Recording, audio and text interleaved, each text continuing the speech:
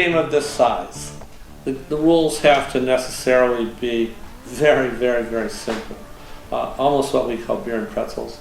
My friend Rich Hassenauer gave me, he did an Alamo in the 80s with Ron Perlman. Rich made a model of the Ford. It was a 25 millimeter Ford. It was a very popular game at the conventions.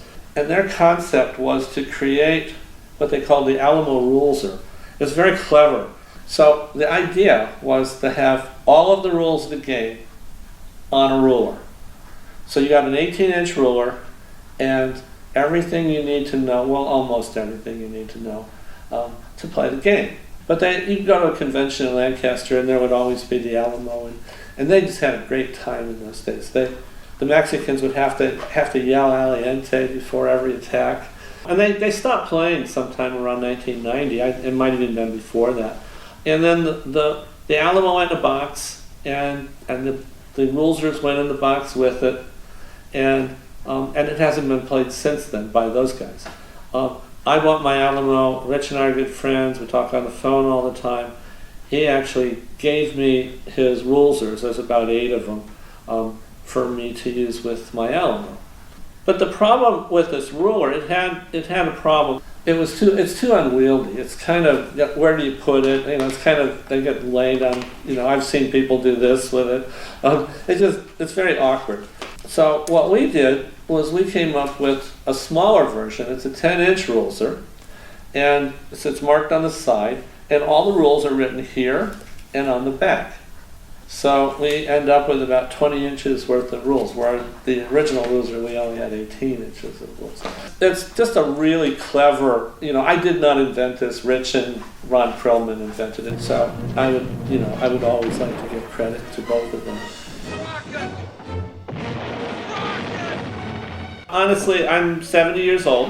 In 1961, I would have been about 10 years old.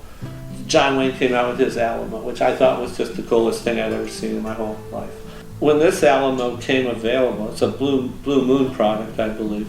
Probably in the real Alamo, there was no corral here. The animals were kept back in this area, the cows here and the horses in here. But this is in John Wayne's Alamo, so it's got to be in mine.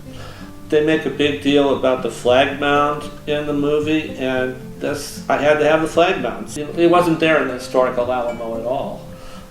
Because basically we don't know what was there and what wasn't there.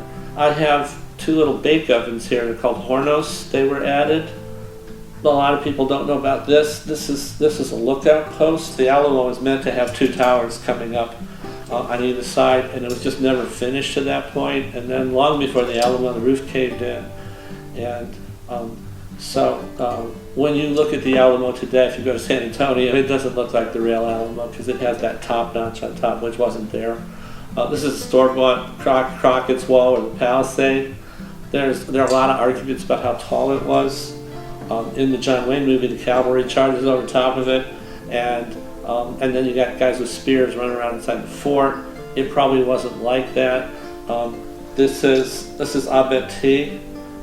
That I've added because I saw it in a book.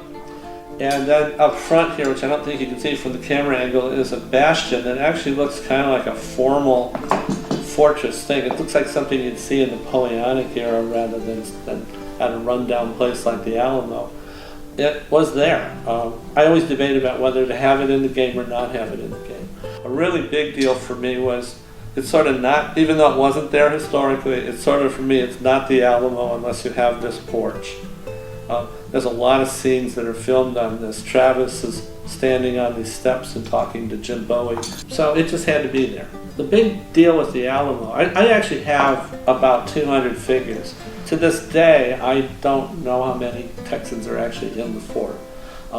The debate is that there was like 176, I think, which is what most historians in the old days said. But they're thinking now it could be could have been well over 200. We want to thank David for sharing his amazing Alamo setup with all of us. You can visit the free stuff section of LittleWarsTV.com to see close-up photos of the original 1980s Rulser and to download a free copy of David's revised Rulser for you to try at home with your friends.